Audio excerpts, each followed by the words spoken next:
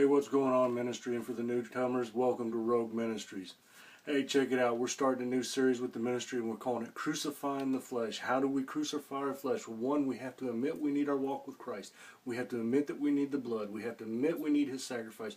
We have to admit we need the resurrection, and we need Him at all times. But what gets us a little closer? What gets us a little in tune with God? Well, one thing is our walk. I preached on today at Kingsway Ministries out in Olive Hill. Our walk, how we conduct ourselves, the things that fall upon us, what do we do with them? Well, those things that fall upon us, your bills, your finances, what you're eating, things of that nature, that deals with your flesh. And if we're going to have a closer walk with Christ, if we're going to be good imitators of Him, we got to be good ones. We can't be Him, but we have to generally give of ourselves. We have to sacrifice our flesh. And to do that, we need to go back to the beginning, back to figure out where it all began and how mankind became so weak, but knew just by accepting the love and the blood of Christ, how strong we could truly be. Now, when I say beginning, I mean beginning. Good, open your books to Genesis.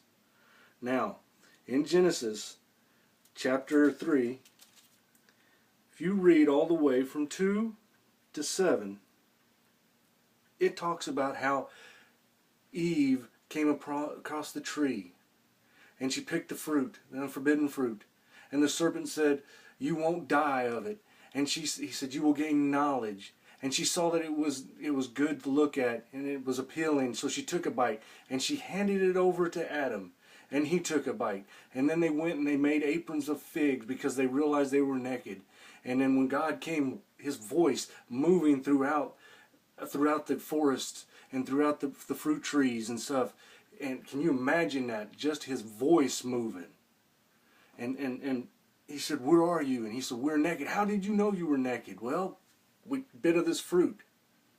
Well, if you read on just a little bit and go to verse 22 on chapter 3 of Genesis, and it says, "And the Lord God said, Behold, the man is become as one of us, to know good and evil, and to know least. He put forth his hand, and take also of the tree of life, and eat, and live forever." To take a bite of the tree of life, that's to take a bite of Jesus Christ, and to live forever, because He says, and He told us straight out, "Whoever believeth in me shall live forever." Well, I want to take that bite. How about you? You want to take a big bite of JC and live forever? I know I do. We need to learn to sacrifice of our flesh. So here's the challenge I want to put out there.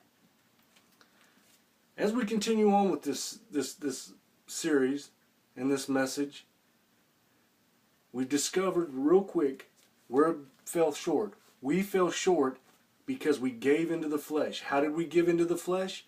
Well, God took the rib from Adam and He created Eve. Man gave into his own fleshly desires. His flesh tempted him, and he took a bite of it. Well, how do we get rid of that want of our flesh? Simple. We sacrifice something, like I was saying. So I want to challenge you. If you're medically able to do this, if you're willing to do this, try cutting your meals down to 2 meals a day. I know that's a rough thing to ask of you, and I'm not demanding it. I'm just saying if you think you can.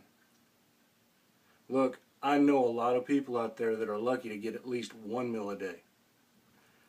Let's try to cut them down for 2 meals a day. And I ain't saying let's do it for 30 days. Let's just finish up this 1 week. Let's see how many of us will really do it.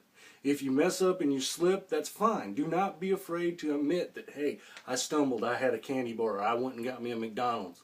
It happens. Happens in life. We stumble, we slip, we forgive.